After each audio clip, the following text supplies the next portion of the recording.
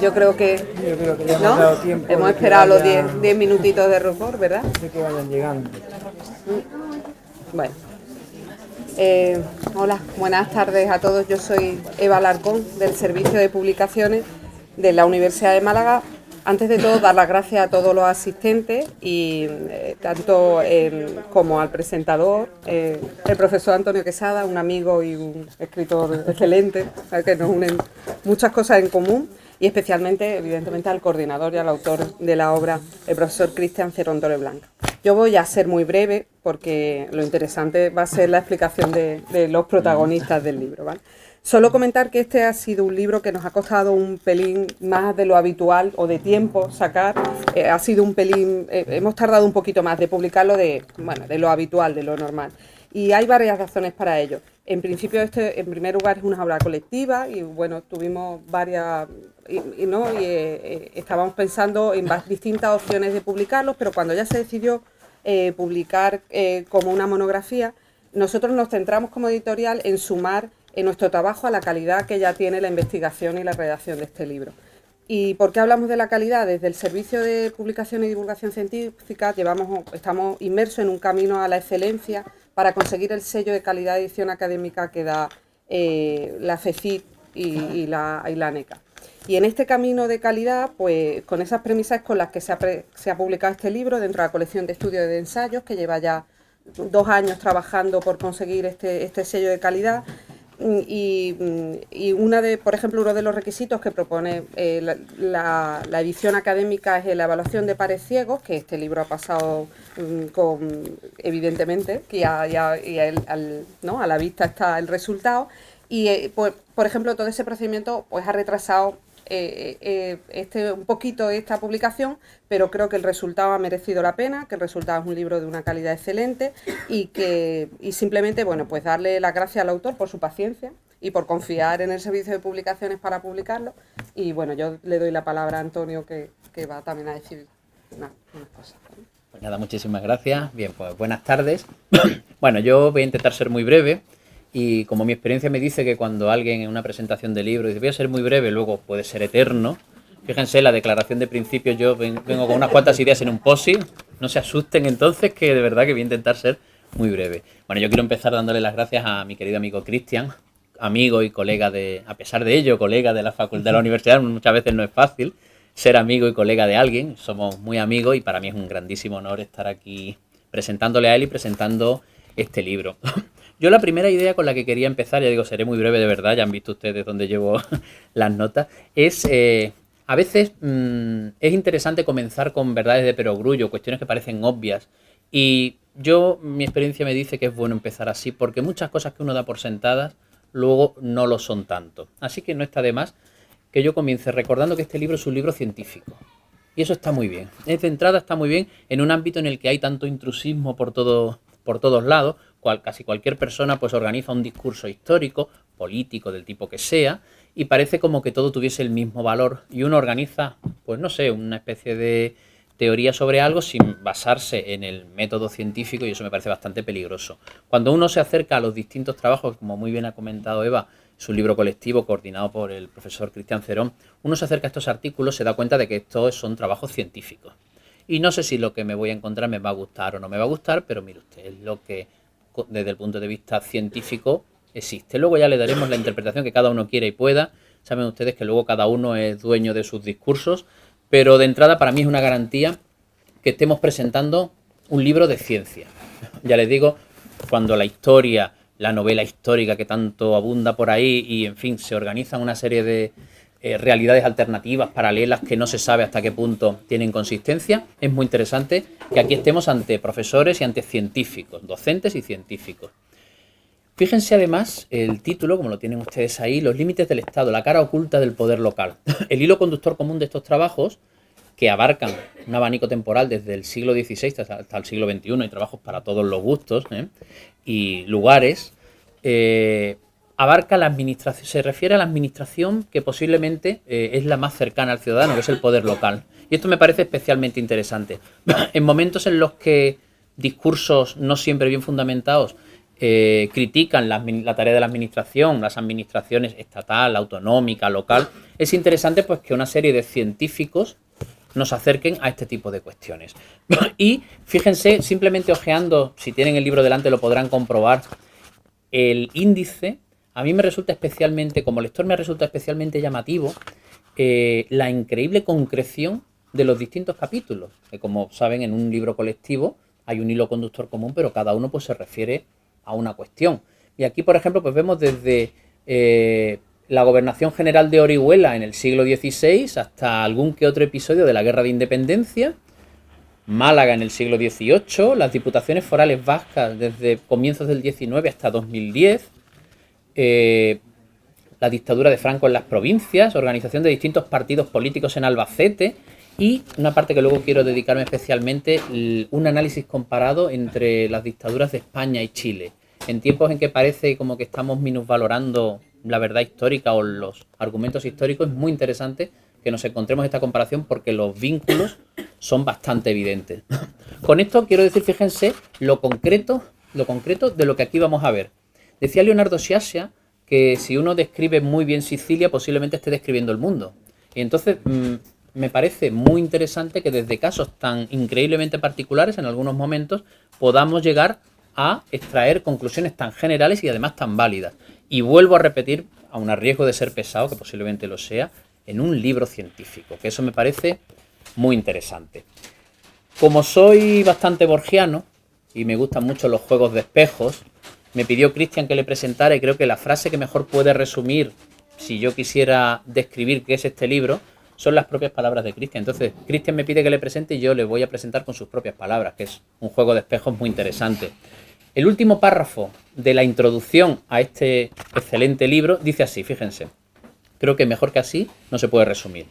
Los capítulos que forman el presente volumen no son sino una muestra de la necesidad de reflexionar desde posiciones científicas e historiográficas independientes sobre las complejas relaciones del poder central y los poderes locales. Una aportación desde el ámbito de la historia para comprender mejor el funcionamiento de la estructura del Estado y entender nuestro presente. Fantástico, es exactamente eso lo que aquí nos vamos a encontrar. Como abusando un poco de mi posición, prevaliéndome de mi posición de presentador, yo tengo que decir que también tengo mi corazoncito. Y como bien sabe Cristian, porque lo hemos hablado alguna vez, yo tengo que reconocer que como lector, quizás ya por mis intereses particulares, que eso ya es algo perfectamente legítimo, los míos y los de cualquiera, reconozco que los trabajos que con más interés he leído y me han hecho más reflexionar son los dos últimos. El último precisamente escrito por el profesor Cristian Cerón, precisamente en el que se compara las dictaduras chilena y española. Entonces, además me ha resultado especialmente sugerente porque a mí siempre me da mucho que pensar eso de que, bueno, existe un dictador y, bueno, los dictadores son muy malos, eso ya lo sabemos, hacen cosas horribles, barrabasadas, pero uno piensa a veces, bueno, sí, el dictador es muy malo, Pinochet, Franco, y han montado un régimen de terror, pero ¿dónde estaba el resto del país? Porque había también una parte del país que apoyaba todo esto. No estaba el dictador sometiendo a 30 millones de personas o 40 millones de personas. Unas evidentemente lucharon contra él, fueron ejecutados, o sea, otros en el exilio, pero una buena parte de lo que en algunos ámbitos se ha llamado la trama civil muchas veces de este tipo de historias, ¿dónde estaba? ¿Y dónde estaban los que tocaban palmas? ¿Y dónde estaban las instituciones religiosas? ¿Y dónde estaban algunos partidos políticos y algunas personalidades? Es muy interesante el análisis que aquí se hace precisamente de esto. Los dictadores, no voy a, evidentemente, ni por cuestión de ideas, ni por cuestión de momento ni lugar, a intentar defender a nadie, pero es evidente que la responsabilidad es algo más extensa de lo que muchas veces pensamos. Y al ver este tipo de trabajos, cuando a veces se hacen discursos paralelos, que incluso en ocasiones eximen o justifican este tipo de barbaridades, pues yo creo que acudir a la historia, a la ciencia, me parece una opción bastante razonable y aquí desde luego la encontramos. Y creo que además, muy bien se explicita aquí, la comparación entre Chile y España no es para nada gratuita, porque es evidente que los militares chilenos en el año 73 se miraban en el espejo español y bastantes de las cuestiones, para bien y para mal, lo digo con un poco de humor negro a veces, quizás, tuvieron una fuente de inspiración bastante clara en España, con lo cual yo creo que desde luego la visión, por cierto también un poco especular por parte de un profesor chileno y un profesor español, esa visión comparada creo que es perfectamente legítima. y además bastante apropiada. Y a mí personalmente como lector reconozco que es la parte que a mí más me ha llegado. Pero como digo, tienen ustedes un abanico de 5 siglos, o sea que aquí habrá para todos los gustos. No se preocupen que van a encontrar intereses de todo tipo. Y luego, bueno, por último, ya se me acaba el post-it, entonces ya tuve que dejar de añadir ideas. Sí me gustaría comentar, ya que he hablado del trabajo en sí, he hablado del milagro, quiero hablar un poquito del santo. Entonces, pues bueno, yo quiero, además de agradecerle a mi querido amigo Cristian esta oportunidad, valorar lo que es Cristian y lo que representa. De entrada, una persona científica que trabaja conforme al método científico, no hace ciencia ficción, no hace historia ficción, que podría ser legítimo, pero es otra cosa. Y aquí no vamos a encontrar historia ficción, sino ciencia historiográfica, y eso está muy bien. Y por el contacto somos amigos y compañeros, y estamos en 1000 batallas y tenemos 1000 complicidades juntos. Desde luego es una persona que si algo tiene es que no es una persona fanática, es una persona que se basará en aquellas fuentes que él encuentra para poder elaborar su discurso, y me parece que en tiempos en los que, en términos quizás de juegos de azar, tantísimas personas van de farol y hay quien compra ese discurso, me parece esencial acudir a la ciencia de la historia para poder, primero, conocer lo que somos, lo que hemos sido, y segundo, poder hablar con propiedad. Que por otra parte, como digo, como son cuestiones que en muchos casos se están perdiendo, no nos da exactamente igual montar un discurso paralelo y ubicar, qué sé yo, a Leonardo da Vinci en el Ampurdá o, no sé, cualquier otra burrada histórica, pues parece que todo cuela, el papel lo sostiene todo. Y las cámaras de televisión también lo sostienen todo. Bueno, pues mire usted, a lo mejor no todo es igualmente válido. Hay, y más en tiempos de nuevas tecnologías, hay muchas posibilidades, muchos discursos, y tenemos que saber seleccionar, porque no todo es igual. Tenemos que saber seleccionar aquello a lo que le concedemos credibilidad. Y yo personalmente le quiero agradecer a Cristian pues el hecho de haberme proporcionado como lector una serie de textos bastante sólidos que me han hecho pensar y que han provocado algo que yo creo que es fundamental en un libro, para que ese libro resulte útil. Que la persona que cierra el libro al final no sea la misma que lo abrió para empezarlo. Uno no se queda igual después de leer el libro. Y eso creo que en un libro, sobre todo de ciencia, es especialmente valioso. Y como se me acabó el post-it, y yo creo además que lo que queremos es escuchar a Cristian, yo ya voy a terminar. Muchísimas gracias y darle la palabra a Cristian. Y las gracias por todo. Muchísimas gracias. Bien, buenas tardes. Muchas gracias, Antonio, por tu cariñosa presentación. Agradezco al Servicio de Publicaciones, tanto a Rosario como a Eva, como a la propia librería Agapea, el hecho de que nos haya brindado este sitio para hoy poder presentar este libro, que como antes comentó Eva, pues costó, ¿no?, el que se pudiese publicar. Yo traigo un folio, algo más que el post-it, pero no se vayan a asustar, ¿no? Más diligente que yo, ¿eh? Bueno, pero son ideas, ¿no?, que creo que son interesantes que ustedes conozcan de cómo al final hemos llegado a esta publicación. Estamos en el 2018 y este tema, o mejor dicho, en el 2014 me propusieron un tema sobre la historia contemporánea, ¿no?, para una revista científica, y que eligiese un equipo para trabajarlo. Era el año 2014, entonces el desafío catalán estaba todavía en el horizonte. Y bueno, hay un tema que a lo largo de mis investigaciones siempre me ha interesado, ¿no?, que es el tema institucional, el tema del Estado. Y pensé que sería interesante analizar el Estado en la etapa contemporánea. De tal manera que preparé un dossier para esta revista, con artículos de España, pero también con Iberoamérica. En un primer momento había artículos sobre Ecuador, concretamente sobre el movimiento bolivariano, ¿no?, de Correa, sobre la dictadura argentina, la brasileña y de Chile. En ese momento yo no participaba. Pero a veces los cambios pues te sirven para mejorar la publicación. Me comentaron que sería interesante ampliar la etapa contemporánea a la moderna. En una época en la cual los profesores universitarios estamos cada vez más especializados, pues la verdad es que era algo complicado. Pero por suerte cuento con buenos compañeros, ¿no?, en el departamento de moderna y contemporánea al que pertenezco, y Marion Reder y Pedro pues decidieron echarme una mano y participar en ese proyecto. También me brindaron otros compañeros, ¿no?, contactos con otros profesores de Moderna, concretamente con David Bernabé, que había trabajado el tema de los gobernadores en la época de Felipe II. Un tema, el del gobierno civil, que yo había desarrollado ya en mi tesis doctoral y en distintos trabajos. Con lo cual le ofrecí también la oportunidad de realizar este proyecto. Estamos hablando del 2014. Di un año para preparar los trabajos. Para el 2015, algunos de estos ensayos estaban ya preparados, se cumplieron todos los plazos de la revista, pero lo que tiene el mundo universitario, problemas dentro de la dirección de la revista imposibilitaron que el dossier saliese adelante.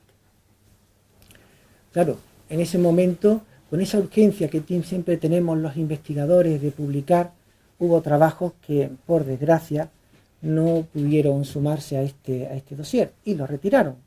Fue el caso de Uruguay, de Argentina y de Brasil. Claro, me quedé en esos momentos con unos trabajos desarrollados, otros que se podían realizar, y la revista que no iba ni hacia adelante ni hacia atrás. En esos momentos, una buena amiga del área, Lucía Prieto, me dio un consejo que fue que llevase precisamente estos trabajos al servicio de publicaciones. Pero claro, antes había que prepararlos como monografía. Y fue en esa ocasión cuando ya decidí intervenir, ¿no?, con un capítulo dedicado a la historia comparada entre la dictadura chilena y la española. En un primer momento no estaba contemplada mi participación, solamente de coordinación. Pero bueno, ya que se había presentado la ocasión, pues decidí aprovecharlo. De tal manera que desde el año 2016 se fue preparando todos los ensayos para la publicación.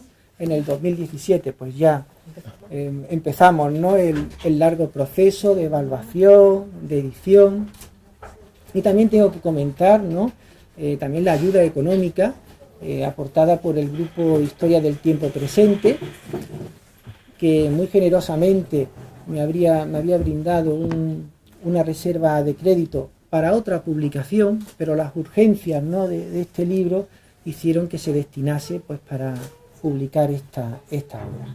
De tal manera que del 2017 al 2018 pues tuvimos todo este proceso de edición hasta que, bueno, en estas semanas pues por fin salió el libro. El libro tiene por título Los límites del Estado. Otros compañeros me comentaron que quizás tenía que haberle puesto otro título más llamativo, quizás Contra Madrid, ¿no? Y quizás se vendería más. Contra Madrid, es decir, bueno, el espíritu del libro no era ir contra Madrid, ni mucho menos, pero sí mostrar esas relaciones entre los poderes locales y los poderes centrales. De tal manera que, como ha escuchado en la presentación, aquí van a encontrar distintos ensayos desde la época moderna a la contemporánea, desde los gobernadores en la época de Felipe II, a la guerra de independencia, a los gobernadores civiles en la dictadura franquista, todo ello para ver cómo el Estado va relacionándose con los poderes locales y también cómo los poderes locales se relacionan con esos poderes centrales. De tal manera que son nueve estudios que nos van a mostrar distintos momentos de la historia de España en los cuales el Estado tiene una gran centralización y en otros una descentralización. Y con esto entramos en un debate también de nuestro tiempo.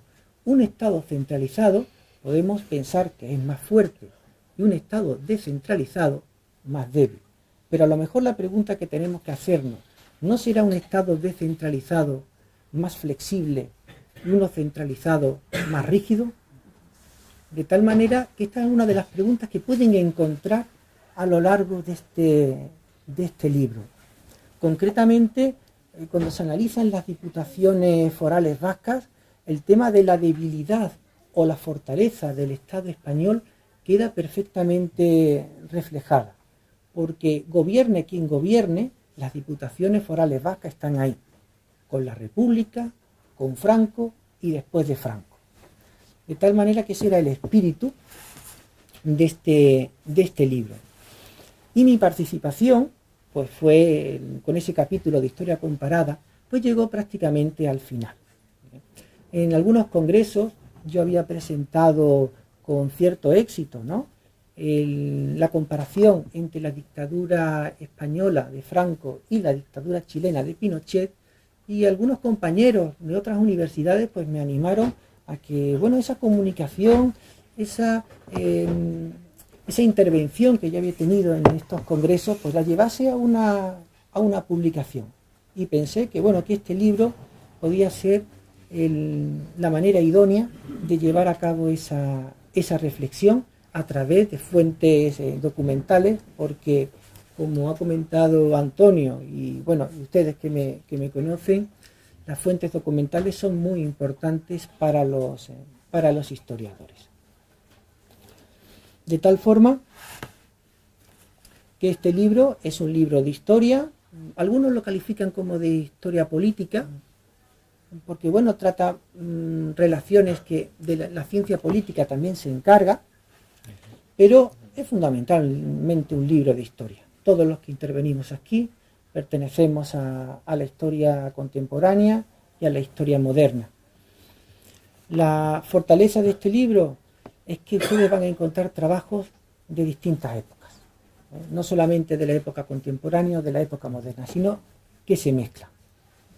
Con lo cual tenemos una reflexión sobre nuestro presente, bueno, y algunos de los problemas que tenemos en nuestra España actual, el encaje de las distintas regiones, de cómo el Estado español ha ido cambiando a lo largo del tiempo o no ha ido cambiando, ha permanecido igual, y lo que han ido cambiando han sido los distintos gobiernos. De tal manera que de todo ello es lo que van a encontrar en este libro. Creo que en una presentación de una obra no hay que hacer un resumen, hay que dar los puntos principales y después pues darles a ustedes la palabra. Pero antes de darle la palabra, quiero agradecer especialmente a la profesora Encarnación Barranquero, a Marion Reder y mis compañeros del departamento, todo el apoyo que me han dado a lo largo de este periodo, en el cual tengo que reconocer que había momentos que yo no sabía si este libro iba a salir o no iba a tener recorrido, la verdad. También agradecer a los amigos, antiguos alumnos, que han decidido acompañarme en este día, y por supuesto un cariñoso saludo a todos mis alumnos del aula de mayores, que tan amablemente pues se han pasado por aquí después de haber tenido una sesión, ¿no?, de hoy de historia, pues han tenido doble sesión, de tal forma de que ahora pues les doy la palabra por si quieren realizar alguna pregunta o alguna cuestión. Gracias.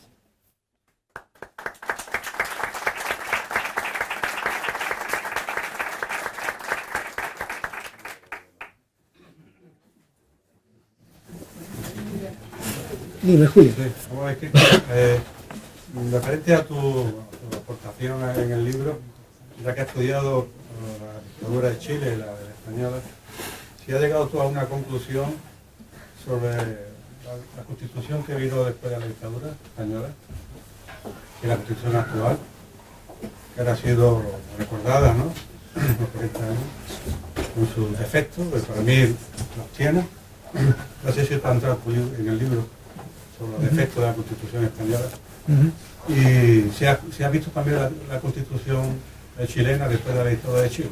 Si también tienen esa analogía o se le pueden tener puntos comunes. Hay puntos de contacto, pero ya quisiera, ¿no?, la República de Chile tener la Constitución que tenemos en España. En la Constitución, digamos, que tienen actualmente, es heredera directamente del régimen de Pinochet, con algunos cambios, con algunos matices, pero es una constitución muy conservadora y que, bueno, está a bastante distancia de la constitución que hoy tenemos. Se le puede realizar una crítica se le puede realizar una actualización a la Constitución que hoy día tenemos, pero tenemos que recordar que es una de las más longevas que tenemos en España. ¿Sí? Son 40 años, mientras que otras constituciones a lo largo de la historia de España pues no han tenido tanto recorrido. Evidentemente, vuelvo a reforzar la idea de que se tiene que reformar, se tiene que actualizar, pero hay que poner en valor una constitución que sirvió para que hubiese un consenso en la sociedad española.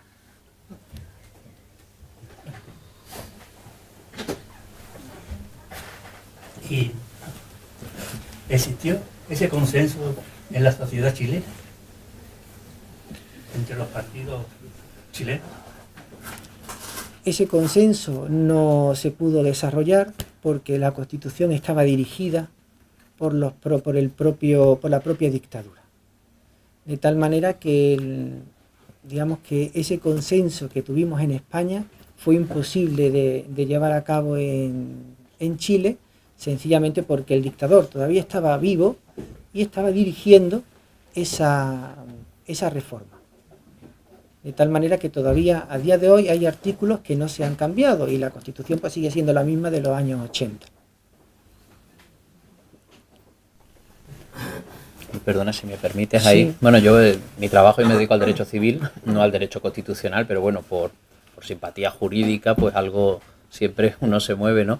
Y es verdad que ahora mismo es un tópico criticar la Constitución, pero yo creo que la Constitución, en el momento en el que se promulga, pensemos de dónde venimos, posiblemente fuese el mejor texto que se pudo hacer en aquel momento. Que está necesitada de reformas, por supuesto, pero que no hay que hacer borrón y cuenta nueva, yo creo que también. Creo que se hizo un gran esfuerzo, a veces un poco contradictorio, no hay más que leer, por ejemplo, el artículo 2 de la Constitución para ver un poco que ahí había una serie de influencias bastante contrapuestas, había que intentar llegar a algún tipo de acuerdo. Y luego sí les quiero también comentar desde el punto de vista del derecho constitucional, en España dio vértigo hablar de un Estado federal. Esto no es un Estado federal. Se hizo una cosa intermedia, una cosa un poco rara, se dijo, bueno, pues existirán unas entidades menores entre el Estado y la administración local y les vamos a llamar comunidades autónomas. Pero si hiciésemos un análisis comparado entre las competencias de las comunidades autónomas españolas o de algunas, porque como saben hay distintas velocidades, las hubo y las hay, y fruto de avatares históricos, en fin, que conocen perfectamente. Y muchas veces el reparto de competencias entre los estados federados en algún estado federal, pienso no ya incluso en Alemania, que siempre se suele citar, Estados Unidos, México, no es tan, la comparación no sale España tan mal parada, por supuesto. En ocasiones las competencias en el estado de las autonomías español son mayores que las que pueden asumir algunos estados federados en un estado federal. Por tanto, hombre, yo entiendo que las palabras tienen dueño, las palabras tienen un imaginario. En 1978, con el ruido de sables que había, hablar de un estado federal, yo lo entiendo, eso daba vértigo. Quizás se podía ver, desde el punto de vista constitucional, si analizáramos las competencias, los artículos 148 y 149, hubo algún profesor que dijo que eso eran dos disposiciones transitorias, en la medida en que si yo me leo esos artículos, yo sinceramente no sé qué competencias puede tener una comunidad autónoma, porque se van asumiendo, se pueden asumir, asume una, no otra, luego quiero más, me dan más, entonces yo tengo que leerme cada estatuto de autonomía para saber dónde llegamos. Si yo me leo ahora mismo el 148, no sabría decir, porque no, en el año 78 no se cierra el tema, se va evolucionando y yo entiendo que, hombre, siempre criticar es bastante fácil, construir es difícil, cualquier persona puede meterle un palustre a una catedral y derribarla, pero es difícil construirla. Y yo creo que a veces, y yo soy el primero que en mis clases critica muchas cuestiones de la Constitución, pero creo que no siempre valoramos, parece que tiramos con pólvora del rey, no siempre valoramos los pasos positivos que hemos dado. Y si hay que cambiar, que hay que cambiar, porque la sociedad no tiene que estar encorsetada por un texto legal, sino el texto legal servir para la convivencia en esa sociedad. Si hay que cambiar, se cambia, no tiene que darnos ningún vértigo a día de hoy. En fin, esto no son los 10 mandamientos ni la ley de las 12 tablas. La Constitución, si hay que cambiarla, se cambia y no pasa nada. Pero hay que hacerlo siempre del modo adecuado, del modo jurídicamente correcto. No, si no me gusta esto, rompo la baraja y se acabó, porque así no se puede razonar. Entonces yo muchas veces digo así a modo de broma, pero es verdad. Si ustedes quieren razonar así, pues así, cerramos facultades de derecho, abrimos gimnasios Y ya está, y aprender artes marciales y a ponernos unos músculos así a pegarle al de enfrente. ¿Para qué sirvo yo en ese caso, no? Hay que hacer las cosas legalmente y es muy fácil ser adivinos del pasado. Y creo que no siempre valoramos adecuadamente lo bueno que nos han dado este tipo de textos. Y como dice Cristian, por supuesto, en el siglo XIX, cuando llegaba un gobierno, cambiaba la Constitución. Ahora mismo es verdad, y a nosotros nos afecta, cuando cambia el gobierno, cambia la ley de educación. Bueno, pues mire usted, visto con perspectiva, oiga, no me gusta, pero oiga, bueno, es un paso, un escalón inferior, no está mal. Creo que quizás posiblemente por cuestiones históricas nos falta muchas veces cultura democrática, pero bueno, creo que hay que intentar no escuchar ciertos cantos de sirena que son muy fáciles de vender, pero luego es fácil hablar y el papel y la palabra lo aguantan casi todo y luego es más difícil dar trigo. Y creo que puede ser peligroso, ¿eh? Ahí me meto desde el punto de vista jurídico en un berenjenal importante, que además, como digo en mis clases muchas veces, se lo digo con ánimo de provocar, ¿eh? Lo digo con ánimo de provocar, para despertar un poquito los pensamientos. Bueno, si no lo saben, Antonio es profesor de Derecho, ¿eh? De Historia. Yo quiero también, en sentido provocar, ¿no? Yo he leído a algunos autores catedráticos de Derecho Constitucional de aquella época, ¿no? No recuerdo los nombres. Tengo un trabajo hecho sobre ese tema. Y una de las cosas que ponían en duda era la palabra consenso. Desde el principio se ha querido poner como adjetivo a esta Constitución como consenso. Cuando realmente con estos catedráticos de Derecho Constitucional dicen que la palabra consenso no era la adecuada, porque no hubo consenso. No hubo. Ahí realmente fueron dos partidos los que se reunían y perfilaban los artículos. Tanto es así, una prueba de ello es el filósofo Julián María, que era senador, lo eligió el rey, entonces tenía la capacidad de elegir un tercio, porque era de senador.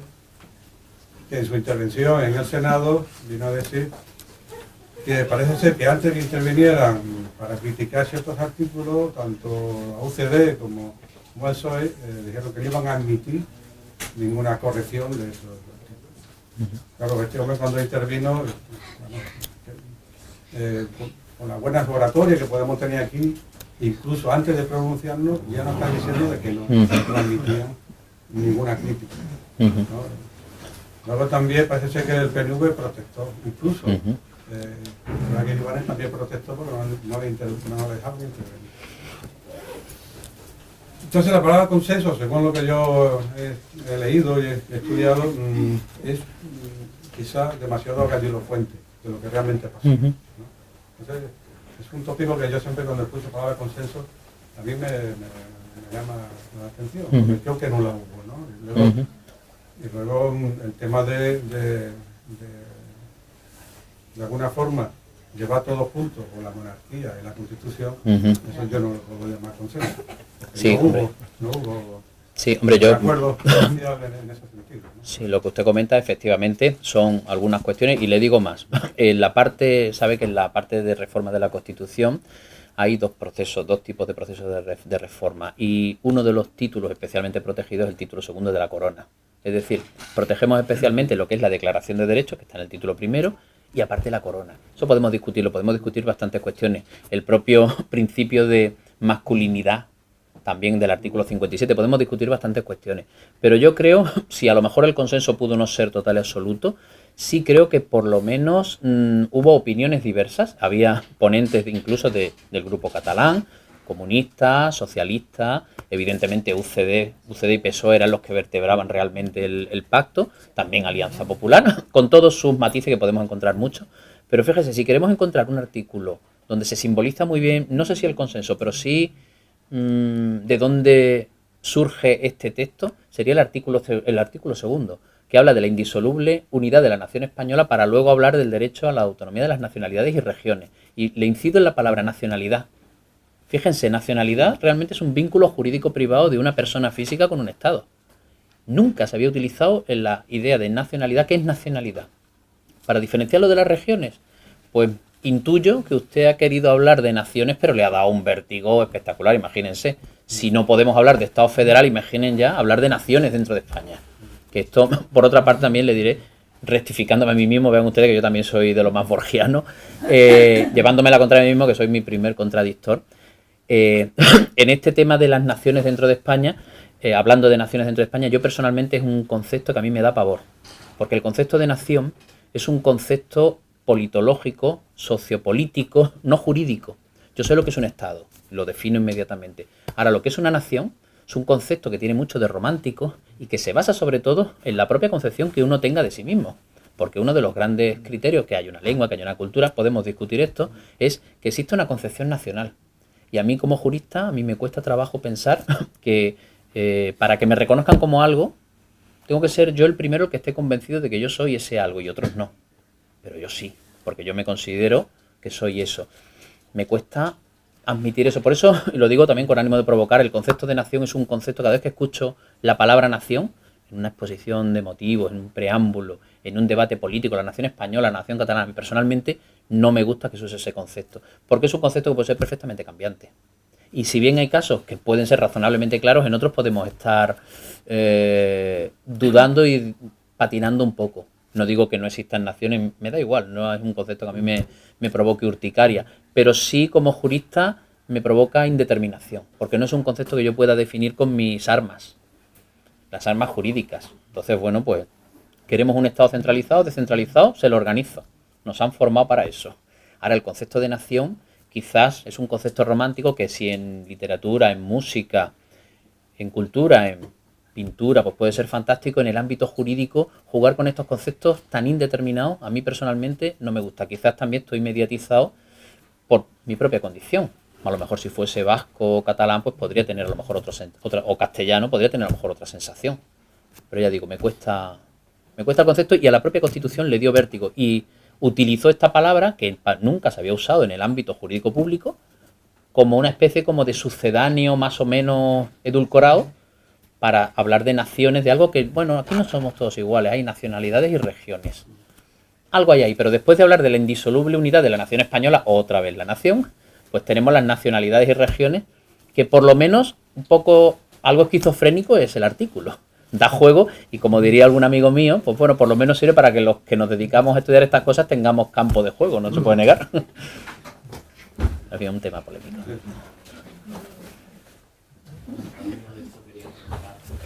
¿Está España, está el Estado preparado para que sean los políticos los que hagan esta reforma? ¿No sería mejor una comisión de científicos, de derecho, de historia? ¿No sería mejor? No sé.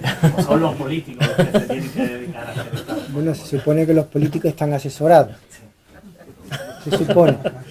Toquemos madera. Toquemos madera, ¿no? Toquemos madera. En cualquier caso, el tema que ha comentado Antonio es muy interesante, porque nosotros, al ser andaluces, pues no lo vemos tan claro como en otras regiones, y les animo a que lean precisamente el capítulo dedicado al País Vasco, donde un historiador, ¿no?, de allí, ¿no?, de Bilbao, va analizando el Estado español y cómo éste se va implantando a lo largo del siglo XIX con sus fortalezas y con sus debilidades. Y realiza una crítica que llega precisamente hasta nuestros días. De hecho, el autor me pidió más margen de tiempo, justo cuando ya estaba entregado hasta el libro, porque como ustedes saben, el cupo vasco se ha actualizado hace relativamente poco, es decir, el año pasado. De tal manera que el cupo vasco, que es una cosa que está ahí de las diputaciones desde el siglo XIX, todavía lo tenemos, ¿no?, en el siglo XXI. Para Antonio y para algunos, ¿no?, las nacionalidades y las naciones quedan en el aire. O sea, desde la concepción del derecho cuesta más trabajo el verla. Para algunos historiadores está claro, ¿no?, que hay una nación, ¿no?, como en el caso del compañero que escribe sobre el País Vasco. Luego, además, perdón que me esté metiendo también, acaparando mucho protagonismo, pero a mí también como jurista, y vuelvo a provocar, muchas veces cuando se habla de los derechos de los colectivos, yo conozco los derechos de las personas físicas. Los derechos de los colectivos, primero, no sé cuál es el colectivo, vamos a ver qué es. El pueblo catalán, el pueblo español, el pueblo francés, como decía aquel, mire usted, yo no los conozco a todos. Yo nos conozco a nosotros, que somos personas físicas. Hablar de derechos colectivos, en principio, aunque existen o pueden existir, de entrada genera indeterminación. Y luego, en este caso, cuando muchas veces tiramos de lo emocional más que de lo racional, mezclar lo emocional, conceptos indeterminados y no jurídicos, y luego, no sé si maldad, asesoramiento negligente, etcétera, pues puede salir de esa costelera, puede salir cualquier cosa. Por eso digo que, hombre, yo con el paso del tiempo creo que la Constitución, con todos sus defectos, pues fue un texto que sirvió y que habría que retocar, por supuestísimo, pero creo que es un texto del que hay que partir, y que hay que valorar lo bueno que tiene. Y sobre todo, miremos con perspectiva histórica de dónde veníamos. ¿De dónde veníamos? Pues oiga, es verdad que el texto no puede salir perfecto, porque esto... En fin, entonces, pues bueno, pues podíamos mejorar cosas, por supuesto que sí, claro. Pero como bien dice, pues vamos a sentarnos y no juguemos con las cosas de comer. Manuel Vázquez Montalbán, yo he hecho un alegato en favor de la ciencia, pero yo luego en el fondo yo tengo muchas caras, como pueden imaginar. También me encanta la creación, yo adoro a Manuel Vázquez Montalbán y como buen poeta sintetiza muchas veces los conceptos de modo muy, muy gráfico. Decía, hombre, lo que no se puede permitir es que se considere que España es una especie de cortijo monolingüe, decía él, vigilado por la Guardia Civil, porque eso no es. Entonces, si ustedes dejan la riqueza y pluralidad de los pueblos de España para el discurso de Nochebuena solamente, y no sabemos que España es mucho más amplia que Castilla, que por cierto es maravillosa, pues igual tenemos algún problema. Yo en algún caso he defendido que España tiene que ir al psiquiatra, porque somos un país que hemos convertido en cuestiones metafísicas algo que en principio puede ser puramente administrativo, como un carnet de identidad. Y yo que me convierta en ser español, vasco, catalán o medio pensionista en una cuestión metafísica, yo personalmente me niego. Mi personalidad se forja de otro tipo de cuestiones, no de dónde he nacido, del color de la piel que tengo, del color de los ojos. Entonces, claro, también reconozco que es verdad que es muy fácil sentirse identificado, uno le tiene cariño a su sitio, al origen, es inevitable y es positivo, pero elevar eso, darle más importancia de la que tiene puede ser peligroso. Y en ese sentido yo creo que más ciencia y muchas veces menos concepto difuso viene muy bien, ¿eh? Por eso este libro es imprescindible.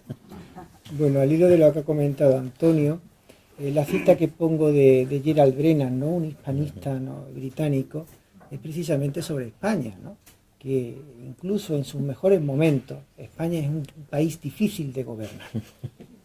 De tal manera que, bueno, ya en el comienzo del siglo XX, ¿no?, estaba esa percepción de que España era un país complicado, ¿no?, por el tema de las regiones, por el tema de los nacionalismos periféricos, de tal forma que, bueno, llegamos al siglo XXI y estamos todavía con algunos de estos problemas sin resolver. Yo espero que un libro, ¿no?, como este, pues sirva de brújula, ¿no?, o pueda ayudar a entender este presente.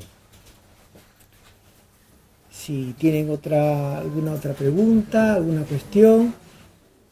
Si no, pues quisiera cerrar dejando para el final pues a las dos personas que yo creo que sin ellas esto no hubiese salido adelante, que son mi mujer y mi hijo, ¿no?, que han tenido que sufrir, ¿no?, toda esta etapa con enorme paciencia y generosidad, y además pues me dieron la sorpresa de que hoy venían, ¿no?, además a acompañarme. Así que muchas gracias pues a Arturo y a Carolina. Un aplauso para ellos.